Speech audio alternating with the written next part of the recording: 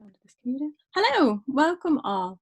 We are very, very excited to have you all here today for this conversation called The Myth of Diversity. It's been created by the Lungs Project, and we're here to host this event for the Lungs Project, with the Lungs Project. So the Lungs Project is comprised of Angela Burden and Shada Kaimas. Angela Burden is an independent curator, artist, and activist based in Dayton, Ohio. She completed a master's degree in curating at the University of Sunderland and is taking a broad approach to curatorial production. Her curatorial interests lie in the social history of art, focusing on the inclusion of marginalized communities and widening participation and engagement programs. Her artistic practice, she uses photography as a tool to examine and expand cultural narratives centering Black identity. So Angela, welcome. Great. And then the second part of Lungs Project is Shada Kaimas. Shada is an artist and writer and nomadic curator. They hold a master's degree in curating from the University of Sunderland, UK, and is currently a PhD student in art history at the University of Texas, Austin. Kaimas's practice is primarily concerned with the production of knowledge in the everyday and examining the hegemonic imaginaries in culture through an epistemological framework. Their current research explores the overlapping boundaries between the subjugated other, social spaces, and historical textual objects. So welcome, Angela, and welcome, Shada. We're very excited to have you here. We met Angela years ago. We were very honored to have Angela as part of our digitization team when we were first digitizing our archive, and that's when Laura Loeffler, one of our directors, met Angela. And we've stayed in touch and really wanted to bring Angela back into the conversation, and have really admired the work that both Angela and Shada have been doing as part of the Lungs Project. It's been a really exciting and dynamic project to watch and to observe. They have a really engaged Instagram following of their own. Actually, when Laura was talking to me about Lungs Project, I didn't realize it was the same Lungs Project that I already admired and observed online. So I was very pleased to know that that's who we had the privilege of working with. So we invited Angela and Shada, the Lungs Project, to take over our Instagram and to share with us some of the artists and photographers that they found really inspiring and had real resonance with. So I'll just start by asking Angela and Shada how you found your experience working with our Instagram feed. Thank you so much for the lovely introduction, Dawn. And I think to start with, I think it was an overall pleasant experience with your audience, and we got some lessons from it as well. Having spoken to an entirely new audience, we had to come out of our comfort zone and really kind of cultivate ourselves and make sure we're saying the right things at the right time. So as a result, we have been made aware of our privilege to have an audience of Lungs that feels so familiar to us. I think one particular interaction that stood out like a sore thumb that we feel that we have to mention. So in our stories, we have asked the audience what we have thought a fun and engaging question. We asked them, who is your favorite photographer of color? You know, very casual. So we wanted to gather some responses so we can feature them in our stories as well. I think we felt comfortable enough to pose such a question because we have been getting such good engagement on our posts. Everyone's been liking and commenting on the artist's work that we share. And it was also lovely. Sadly though, we have received no tangible response to this question. And then one member of the audience messaged us to say, your question made me aware that I actually don't know any photographers of color, and I never had to think about this before. And this was a little concerning for us because, you know,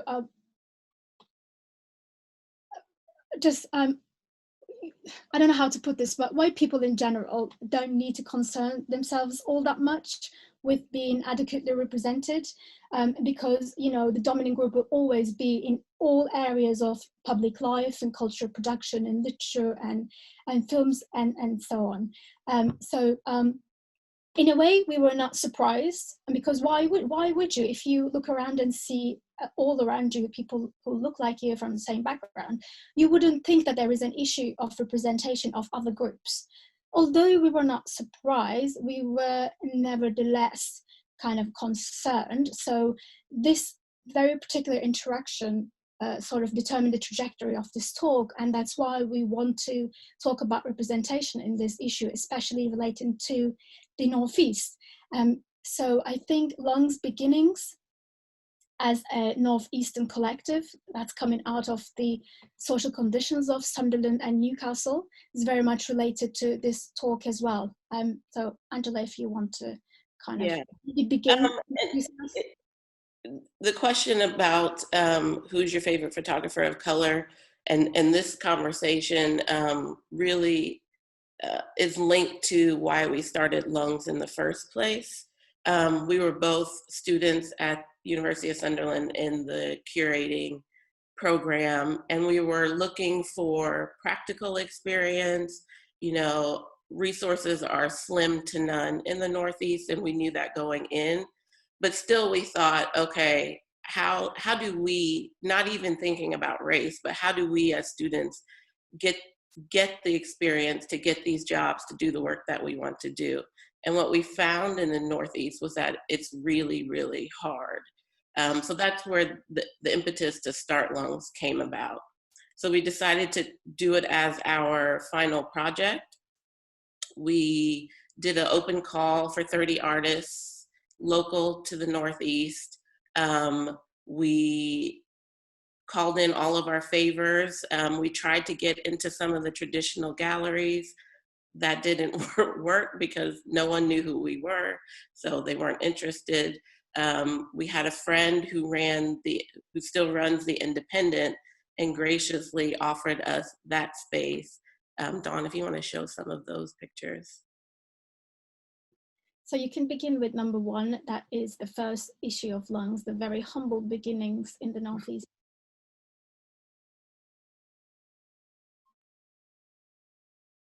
Yeah, so that's the first issue. If you go to image number 3,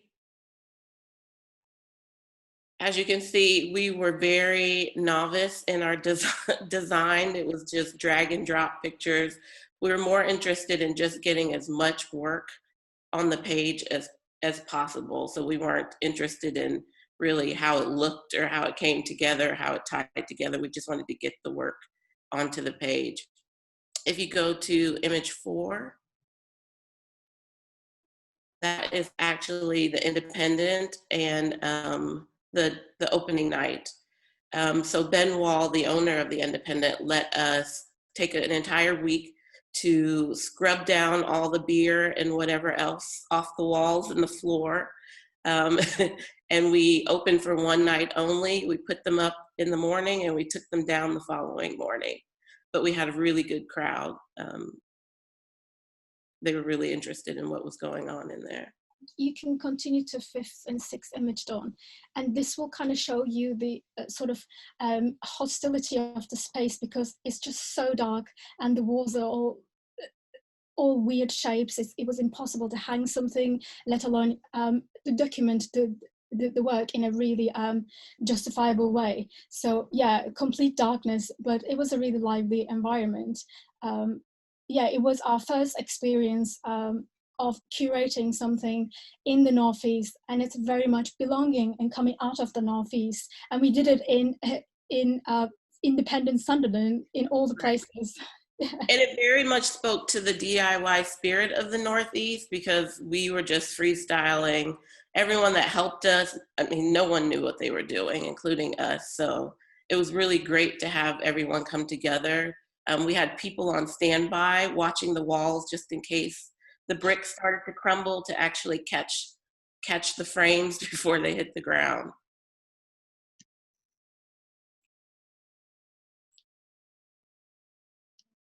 If you could go up to the very first image of the book itself. So the book, actually, we used part of our student loans to finance the printing of that. Very simple design. We had a friend that worked in a printer, and they actually gave us a discounted rate. So everything, including the printing, was DIY.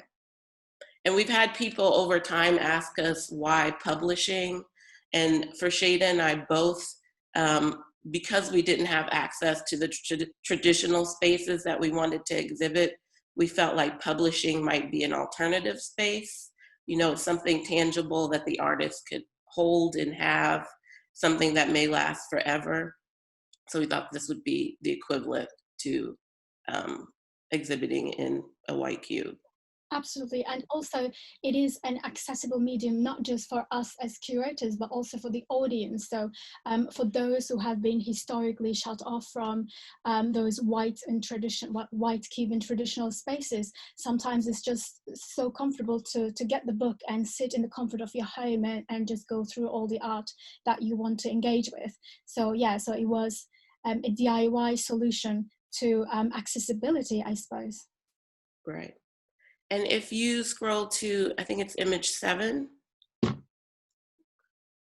So after the success of the first issue, and we graduated, and we thought we got such a great response for the first issue that maybe this is something that we can continue to do. So we ended up launching another open call in the Northeast. The response was great, again, just the same as the first. And with the second issue, because of the popularity of the first issue, we had more access to the traditional gallery.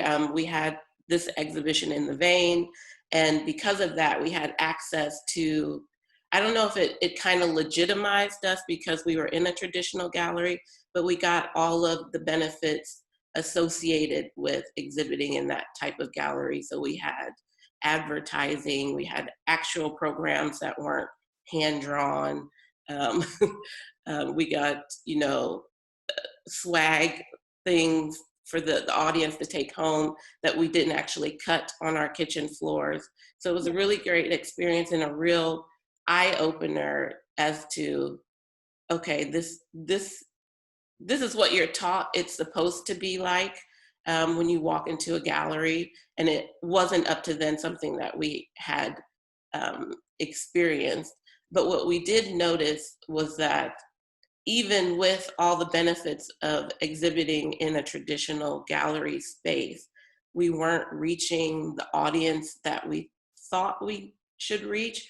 Even though the artists were great, there were no, I think there was one artist of color.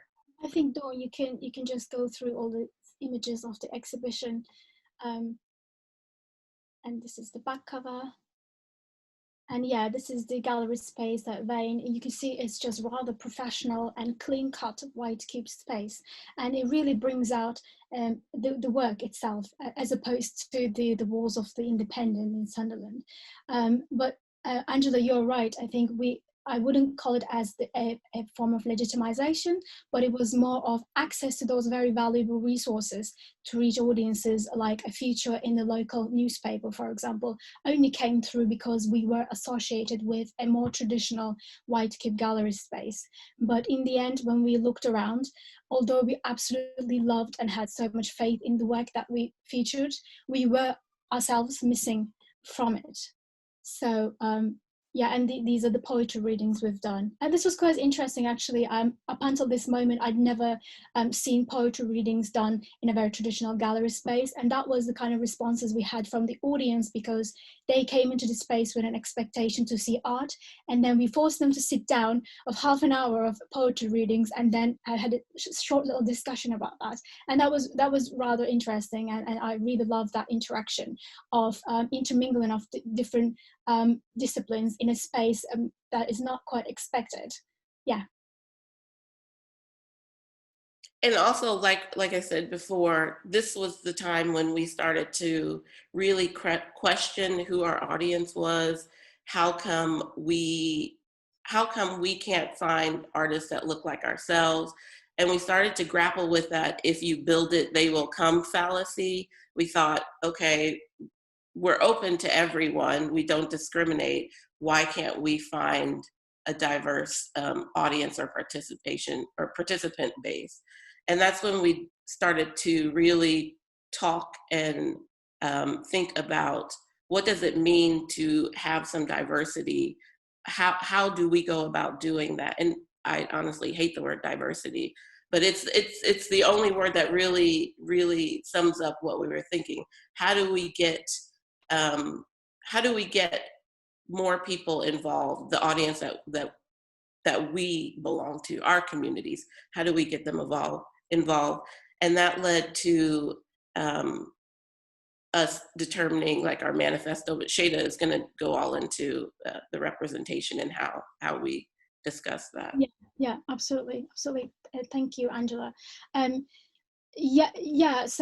I believe I'd be correct to assume that everyone in the audience kind of know what we mean when we talk about representation. In a very broad sense, representation is the appearance or presence of a thing in a number of different contexts, like films and television and painting, novels, advertisement, and so on. So the kind of representation we are concerned is the representation of marginalized groups like us in the arts and literature, because we also publish literature. So in this section, I kind of wanted to unpack some of the issues around representation. But first of all, why does representation even matter, right?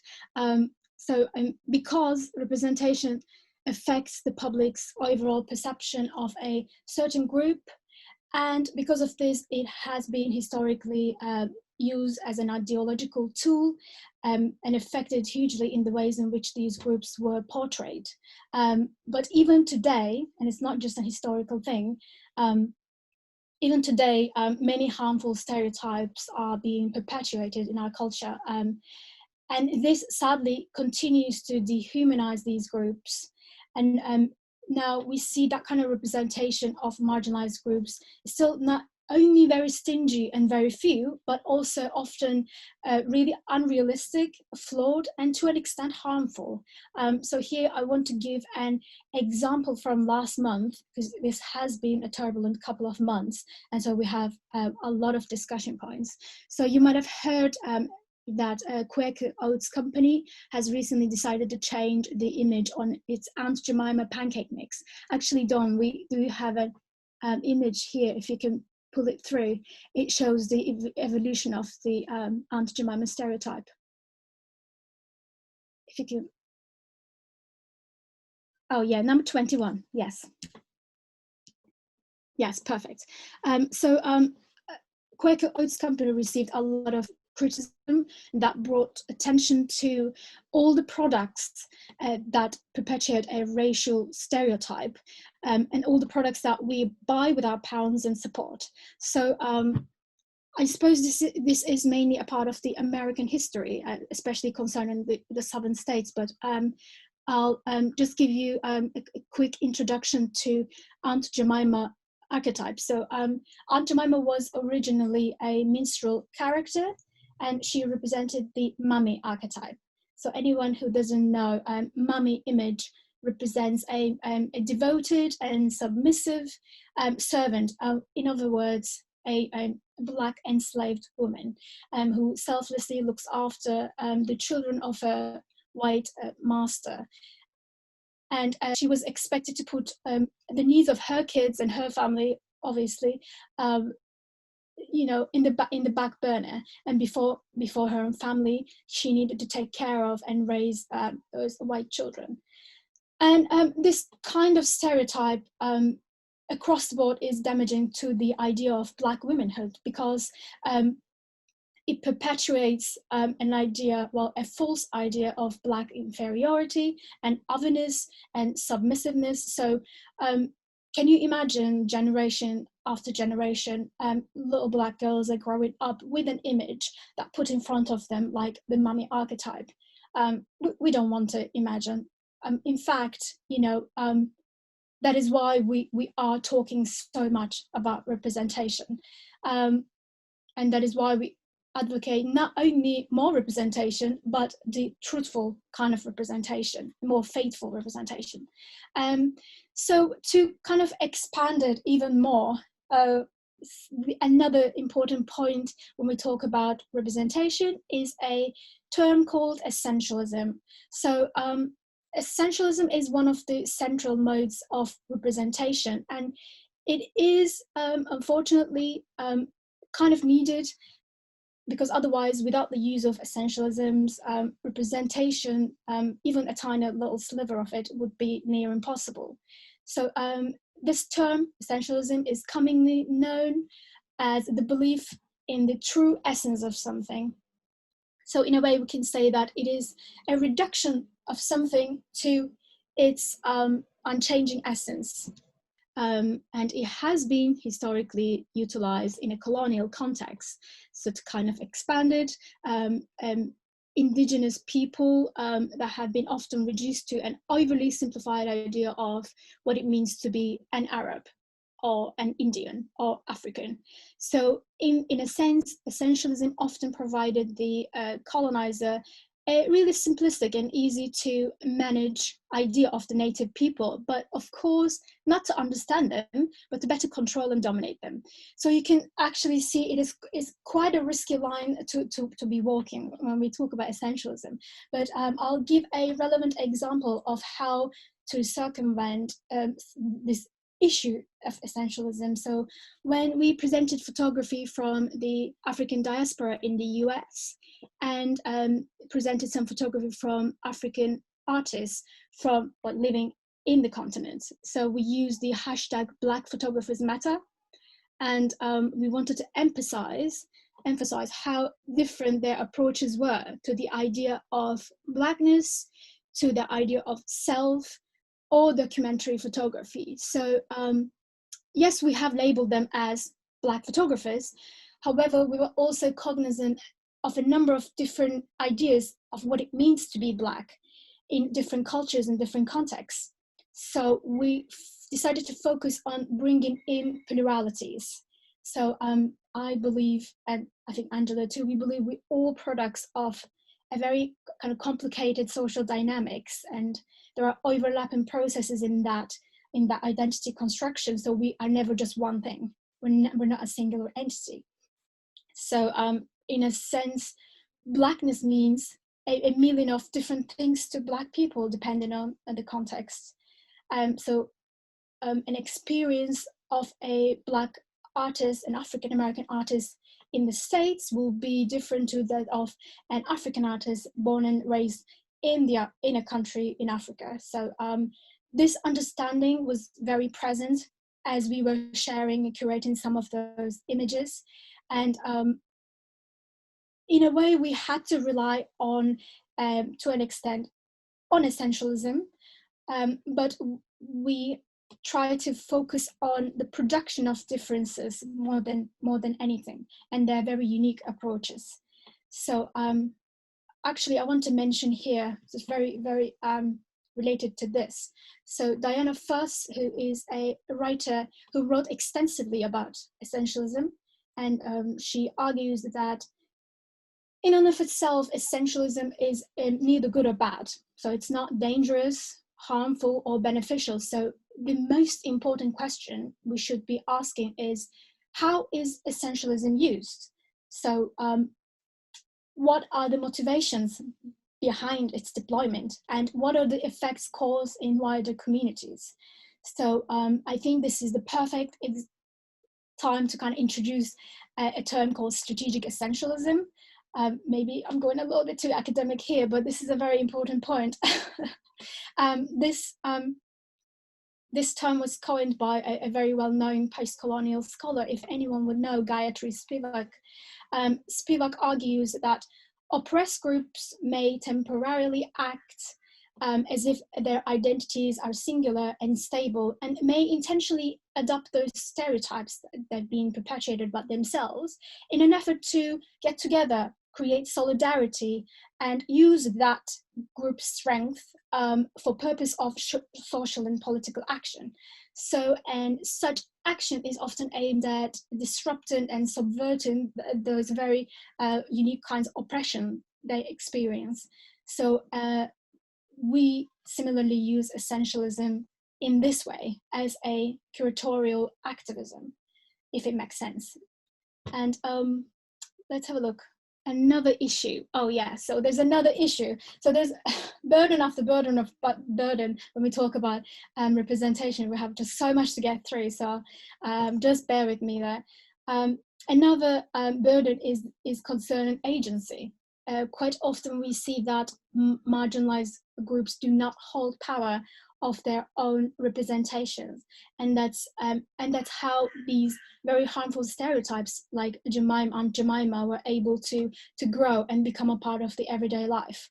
So now agency gives marginalized groups like us with an opportunity for self-representation, for creating our own narratives and having our work selected, curated, published by those with similar experiences, or at least by those who are invested in our individuality. So, so Vietnamese filmmaker Trinh Minh Ha has a really, really wonderful, has written really wonderfully about this. So she resembles this kind of representation to the dynamic of the savior and the endangered artist in the wild. The term savior here can be used for curators or the ones who select and make the decisions in the art world. You know, in other words, Hans Obrist of the global art world, for example. So wherever you go, and there's always a savior who's looking for an ethnic artist to amplify as the last one of their kind. So, you know, so these artists are often expected to make a type of art that is just very just ethnic in the way they label it. So I think most of you will be familiar with the Western narrative of bringing democracy and civilization to those poor, backwards nations. So in artistic terms, it's very similar. The same notion manifests as a duty to protect those ethnic motifs and styles and to give a glimmer of an opportunity to some artists from an obscure country. So I personally, as an artist, feel the dilemma that comes with this kind of dynamic. I'll give very personal example. I am very much concerned with contemporary and rather formal ideas of sculpture as someone practicing sculpture. Yet I am really aware of the expectation that I'm supposed to be incorporating some Islamic motifs and some mosque tiles and the Arabic script, in order to bring my heritage and to be seen as authentic. Because if I don't do that, I'm seen as, too Western and whitewashed and not authentic at all. So, and when I look at the type of artists who gain the widest representation and success in the global art world, in the art fairs, they seem to be fitting this description. But there's also, this is just a really pressure-inducing place to be, because I believe looking back and gaining strength from your heritage could be very powerful, because you can finally let go of the colonial narratives and loosen that colonial grip from your own heritage. But at the same time, I'd be a bit worried that, am I doing this kind of work that what I'm expected to do as a Muslim artist, for example? So please do let me know if anyone in the audience from a marginalized background kind of identifies with this, because I often feel this kind of pressure. While I do love and accept my heritage, I don't want to talk about it, but I also recognize the strength in that such position. So it's all sorts of a burden on me. So, so moving on, the next particular type of burden is explained perfectly by the art historian Kobina Mercer, and I advise everyone reads some of his books. He's really wonderful. So he says that it's often assumed that a particularly marginalized group or an individual can be representative of all marginalized groups in general, and that a disenfranchised person can stand in for their entire community. And this is an impossible task.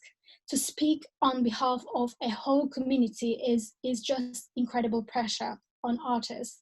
So kind of wrap this all up, I want to read a short paragraph from Mercer's book, Welcome to the Jungle. And don't worry, it's really, really short. Let's see.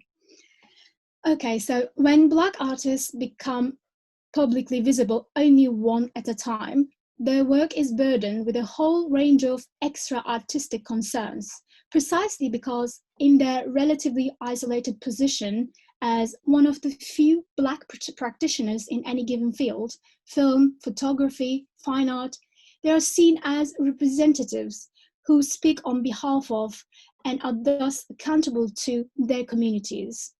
In such a political economy of racial representation, where the part stands in for the whole, the visibility of a few token Black public figures serves to legitimate and reproduce the invisibility and lack of access to public discourse of the community as a whole.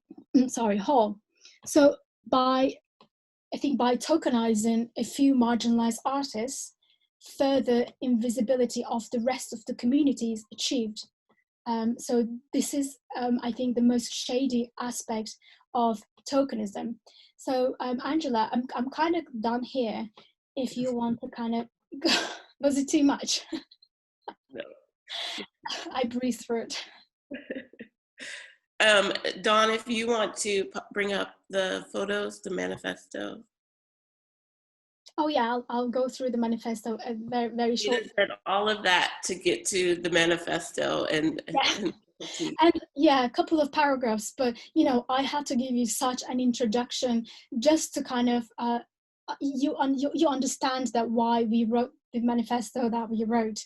And I've underlined some bits. You don't need to read all of it, but this was to put out in the world a confirmation that we are committed to the growth of marginalized artists, and this is a space and no tokenism is allowed. So in a way, in order to get more submissions and more interest in our project, we really had to be fully committed. That's it, fully committed to their growth. And we're not overly fond of exclusive spaces, exclusively Black, exclusively Muslim, whatever, but because of the lack of representation, we must create these spaces that are safe and the artists are assured that they'll be looking after when working with us, because tokenism has just been such a widely practiced thing. We wanted to kind of stand aside and say, we're all for you and we'll put it all in. Ultimately, though, we're all working for a society when these exclusive spaces will no longer be necessary. So in our ideal future that we're working towards. And I think we both understood that we would in part alienate some of the audience that we had previously built with the first two issues. But like Shada said, we felt it was necessary in order to reach the audience and the participant base that we wanted to see. Yeah, absolutely, because one of the criticism a lot of the people from the North may have is that we exclude them, we are exclusionary, and we're just talking about Black and brown creatives.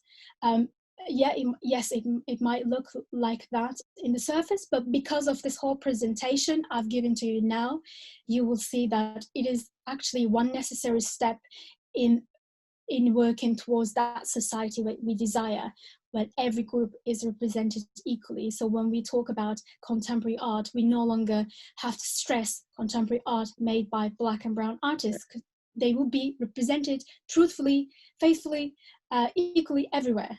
So this is the reason manifesto came about.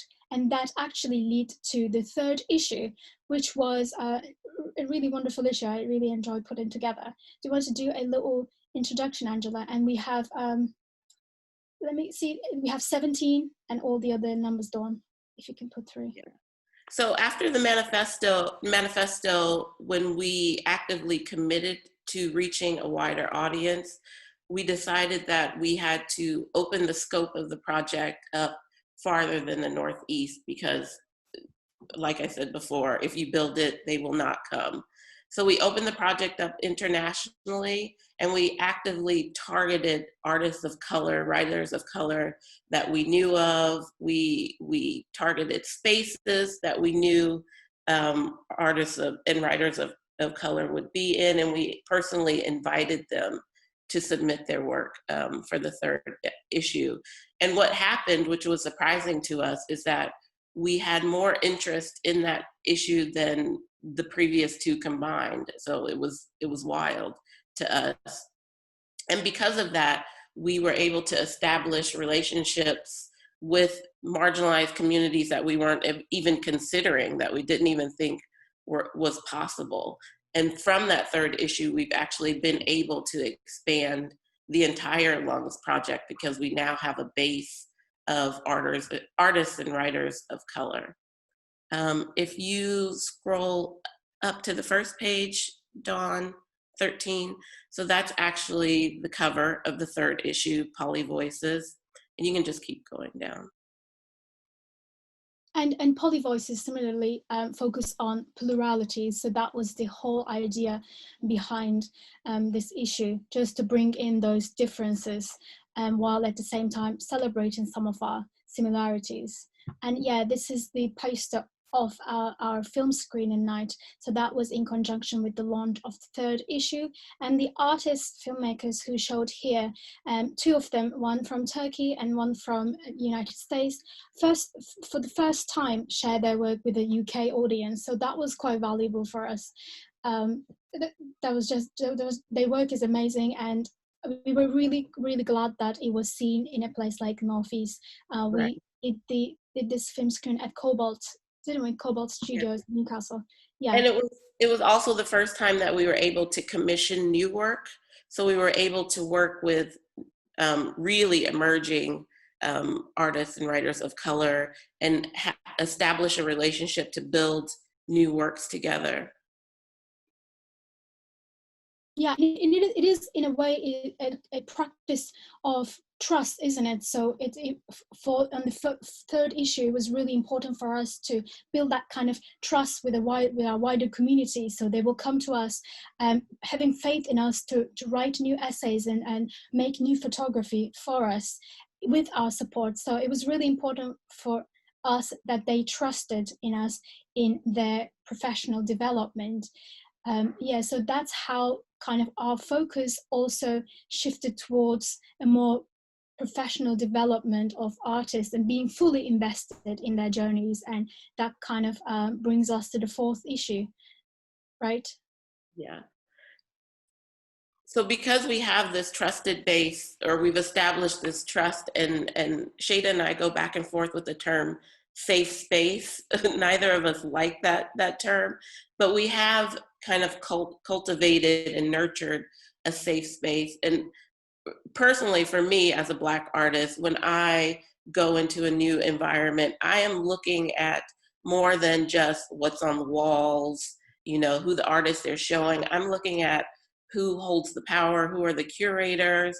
I'm even looking at who the staff is. And to me, that's what establishes a safe space. Okay, is my work going to be okay here? Are my ideas going to be accepted here? And I think that's the kind of environment that Shada and I really work hard to create, so that our artists know that this is a place where they can actually work.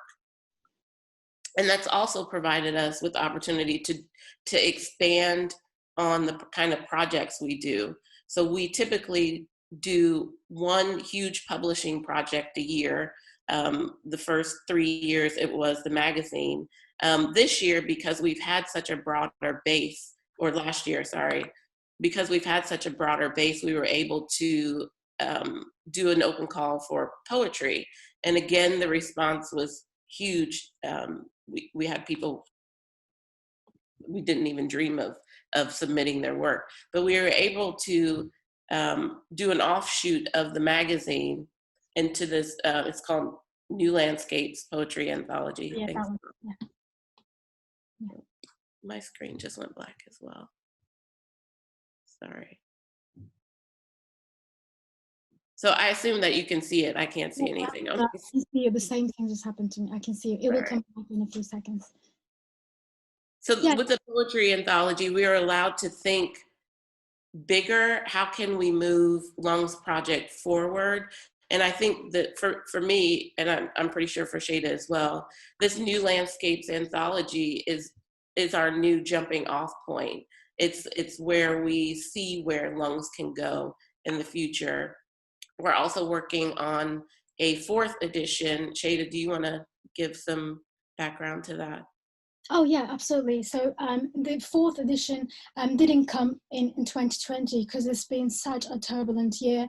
And even before that, we actually decided we'll take the year out 2019 to focus on the poetry anthology to build a bigger audience. So when we launch the open call for the 4th issue, we will have an even more interested and engaged audience, which was exactly what happened, Angela, right? When we started running the open call for the 4th issue, we addressed it to every poet and photographer, specifically from the African diaspora. We wanted to sort of look at issues around home and what it means to have a home, but we call divisions of home. So it is kind of a constructed idea in the imagination, and we wanted to create and commission entirely new work. So it was quite a challenge because we had so many proposals that were equally wonderful.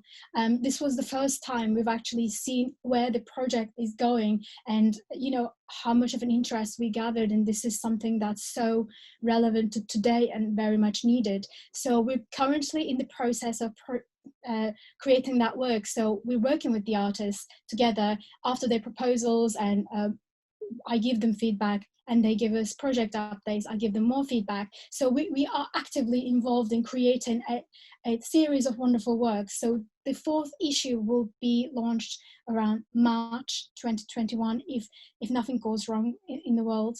But we wanted to take a really long time doing this because of the very health issues and financial concerns of people. So we are actually given maybe more than 6 months to create that work. And we are supported every step of the way. And this is what we mean by those safe spaces. So when you come to work with us, we are completely committed to your safety, to your development, and we're just open to extend our help whenever you need. So this is the kind of a curatorial ethics that we jumped into. And the environment we want to create is an ecology of care, share, and compassion. Is basically that's how you can summarize Lungs Project, right?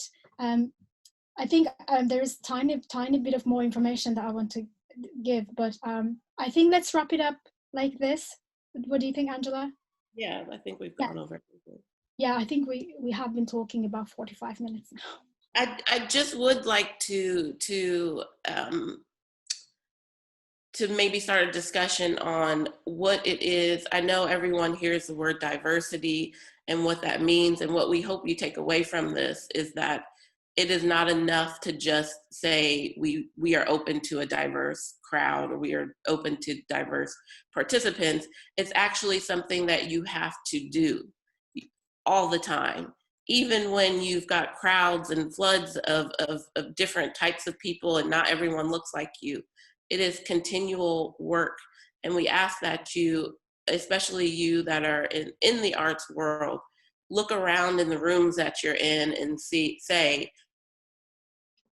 does everyone look like me? Does everyone have the same ideas as me? And if the answer is yes, what is the work that you're going to do to change that? Because it's artists like Shada and I who are like knocking on the door trying to get in, and we're just waiting for you to acknowledge that there is space for us in those environments. That's all. Yes, thank you so much. That was such a fascinating conversation, and you brought so much, and there's so much for us to unpack. As I said at the beginning, we really wanted to listen, and hopefully all of us have listened, and all of us in the conversation can be thinking about comments or questions that you want to bring. Now we have about 13 minutes to sort of to spend some time talking about this. And you know, hopefully the conversation won't end when this Zoom event ends. These are very much conversations that need to continue to happen, and we will be having them. So I guess I'll just ask very, very specifically, what can we do to break down this diversity myth and make the space more inclusive on every level? I thought that was so important when you talked about representation, not just in the image, but behind the image, choosing which image goes on the walls, choosing who talks to you about the image, all these things. So yeah. Yeah, thank you, Dawn. Yeah, and that is rather a great point to wrap up what we mean about the myth of diversity. So firstly, I think true diversity will never be achieved by ticking boxes of BAME artists, I hate that word, for funding applications. So I hate to break it to you, but diversity, the kind of diversity majority subscribe to, I think, is a term that is kind of created and promoted by those violently racist systems whose purpose is to limit and regulate the visibility of these marginalized groups. And we've seen this in my presentation again and again, how this power mechanism is at work. So this further evidenced by the fact that discourse around diversity is actually never concerned with relinquishing some of the power and leveling the playing field for those from marginalized backgrounds like us in arts and culture. So we see this again and again. The discussion about diversity is always about control and limiting the exposure of marginalized artists. So I think every time you hear that, we advise that you start thinking critically to move beyond the standardized understanding of diversity. And I personally believe this trope of diversity is kind of a control mechanisms. And we talked about this, it is a mechanism and systems of colonial legacy, and it is used to occupy us marginalized artists with crumbs while shouting to the rest of the world that they indeed care about our growth. So unfortunately, this is far from truth. We often see that those organizations and institutions who shout about diversity the most have never actually been about advancing Black and Brown practitioners in leadership positions. So, and also, even if there are a few in those powerful positions, they do not care about making those roles safe and rewarding and continuous and permanent. So to wrap it up, what can you do? So understand that diversity is invented for these reasons, to engage the public with a false concept that does not actually serve the interests of marginalized groups, but rather was designed to control the opportunities that we may have access to. And secondly, this may be a bit difficult, but you need to really step aside and make way so that we can tell our stories in any way we want. So relinquish some of the power and don't center yourself in every space that you walk into. And yes, again and again, think critically when every time diversity is being promoted and thrown around and plenty. So always think back to the power dynamics that I've explained here.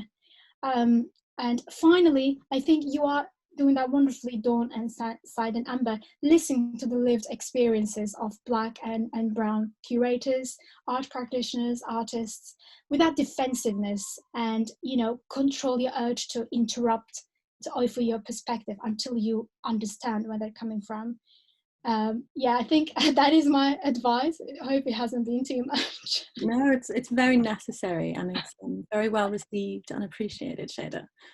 So what I'm going to do now is I'm just going to invite in any questions or comments. I would really love to hear from anyone in the audience if they have comments or questions.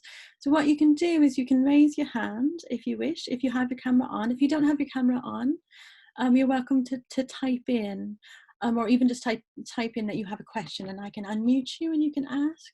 So I'd really love to hear from all of us here today about all that Shada and Angela have been sharing with us. Really important vital things that we're really thankful to be hearing. So if anyone wants to come in with a comment or question. Yes, I see Ian. Let me unmute you, please. Oh, it's not playing nice here. You might have to unmute yourself, Ian.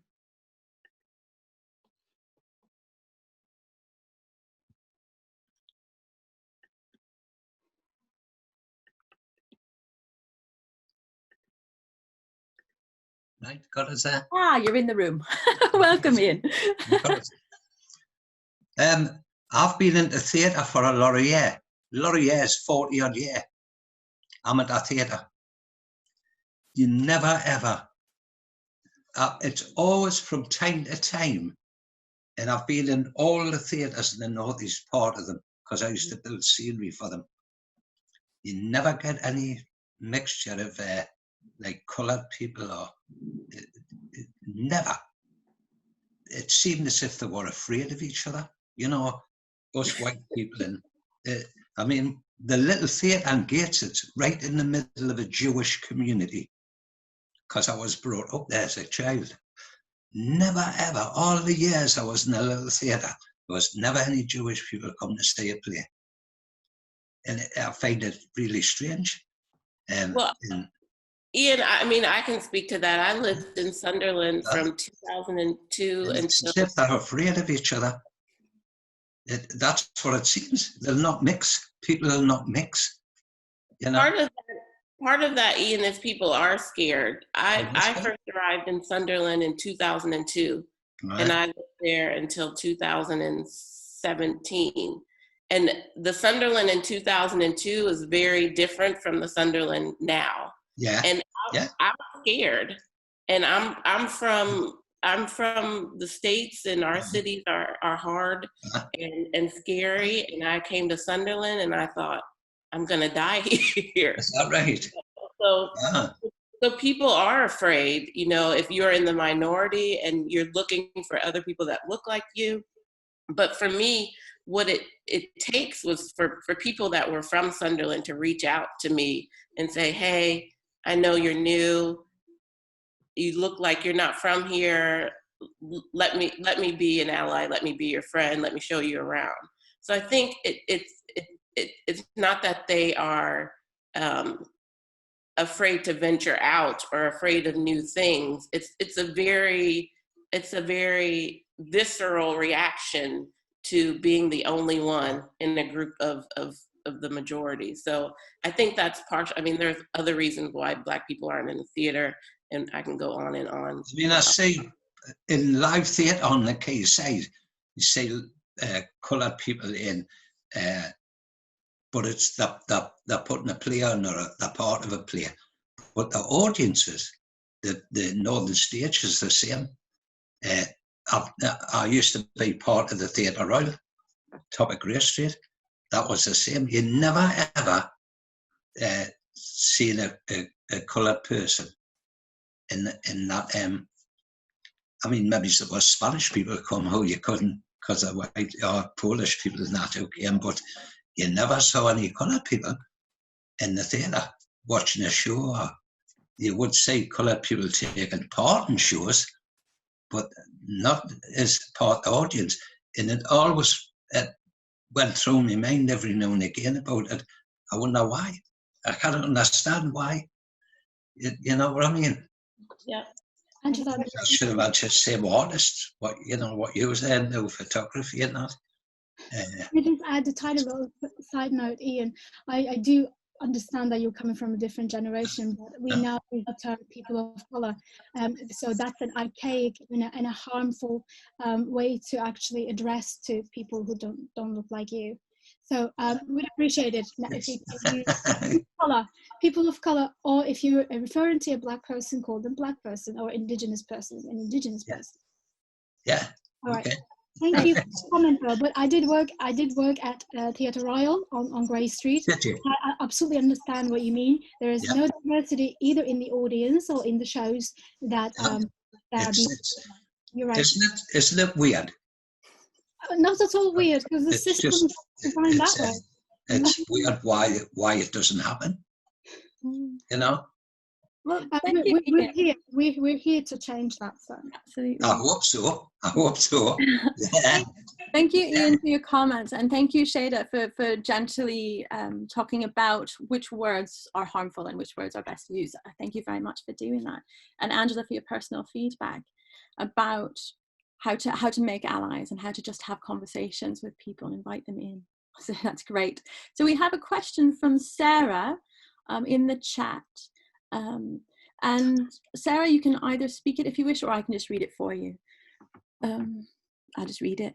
I'm in a role where feedback and peer review is offered. Do you have any advice around thoughtfully engaging with an artist who is speaking of experiences outside of your own? I've been wondering about sharing feedback that doesn't perpetuate harmful cycles. Also, if you have any resources around this, it would be very appreciated. So Shada and Angela? Of course, let me speak about the resources a little bit, because if you engage in these issues, it might come in handy for you. Maybe tomorrow or the day after, we will publish an essay to kind of recapitulate what we talked here. And it will also include all the references and books and some scholarly articles that I had access to. So I'm more than happy to share it with you. If you read the essay and you want to do further reading, just email us. It's info@lungsproject.org. If you email us, I'm more than happy to share the PDFs and talking about very same issues that you're concerned with, and I hope they will be helpful for you. But in terms of giving feedback, when you are in a group that you're in a position to give feedback and negatively, positively alter someone's trajectory, in their creative practice, always recognize the power dynamics in that group. So if you are a person of the dominant group, always pay attention to the weight of your words, and try not to, unconsciously exert or perpetuate that kind of power dynamic. So just be genuinely invested in giving the most applicable feedback for that person. Of course, I don't really know the context, but you mean in terms of creating art. Maybe we can talk about this a bit more. If you like to email us as well, I'm more than happy to engage in a longer dialogue with you. Perfect. That sounds great. Thanks. Thank you. So we're just coming up on 3 o'clock. I also saw that there was a question from Dagna Stone, and I would love to bring you into the conversation, Dagna. So we'll go for another 10 minutes, let's say. So we'll end at 3:10. But I'd really love to hear from Dagna quickly. Let me try and unmute you. There you are. Hi. Oh, hi there. Yes. Yeah, it wasn't really a question as such, but it was partly in, I hate it when people don't ask questions, but it was partly in what Ian was saying, and this whole idea about the audiences. So I worked at live theatre for a long time, and yes, there is an issue that when you sort of like, even if you have like diversity on the stage, there's a lack of diversity within the audience. But one of the things that I kind of like have been preoccupied with, particularly during lockdown, is this idea of who we have in our personal circles as well as who we have in our professional circles. So it's kind of like, if you're saying that people aren't mixing, like, is that something you can do something about in your personal life as well as in your work? So I guess it's around that, and like, how do you form those relationships? How do you make sure that you're not just you've just got this idea of what diversity looks like in a certain context without understanding what that means in your wider life? Thank you so much, Dagna, for your comments. And for those who don't know, Dagna Stone was one of our supporters in our 3rd issue, and she was one of our advisors to say we have learned much from Dagna and her experiences as a poet and a cultural producer in the Northeast, and consequently she showed lots of support in our 3rd issue, and financial support. And I have to add, it's not just emotional support, yeah, we're behind you, but also financial support. And she opened up different avenues of finances and funding for us. So the 3rd issue was able to come out in a good quality and a good format. So thank you, Dagna. I really want to acknowledge that here. Thank you. Okay, that's a wonderful place to end. And as I've stressed, and I will stress again, this conversation doesn't end when this event ends, and the work doesn't end when this event ends, and it's something we constantly have to be aware of, unpacking, investigating, being unafraid to have these conversations again and again. So I want to just invite both Shada and Angela to end the conversation there, and if they want to say anything to us in passing. And just to say as well, once Shada and Angela have the essay ready, we'll be sharing that as well across our platforms. And do go onto our Instagram if you haven't before. You can see all of the fantastic posts that they have shared. And then you can also see archived in their stories and their reading lists. And there's some of these texts that Shada has been mentioning are referenced there as well. So there's plenty of places to go to keep this conversation and these thoughts growing. So Shada and Angela. Thank you so much. And if you're a daily user of Instagram as well, follow #LungsJournal. It is a research repository that we share all of our favorite Black and brown photographers and give valuable context as well. So we have different themes every month, and just to kind of expand on their approaches to different themes and spaces, for example. So if you're interested, follow Lungs Journal as well on Instagram. And do you want to add anything else, Angela? No, this has been really fun. I was really nervous, but you guys have been great. So thank you. You've done well. Thank you so much for tuning in. Thank you very much. So, yeah, I know I've turned off everyone's mics, but people are coughing. Spanish for your joy. And this event will be sharing, this event becomes a part of our archive and collection. So it will go on to be referenced again and again, as it should, and it will also be shared online. So yes, let's talk some more all. So thank you for being here today. And thank you so much, Lungs Project. It's been extraordinary. Thank you. Thank you all. Thanks for coming. Thank you. Thank you.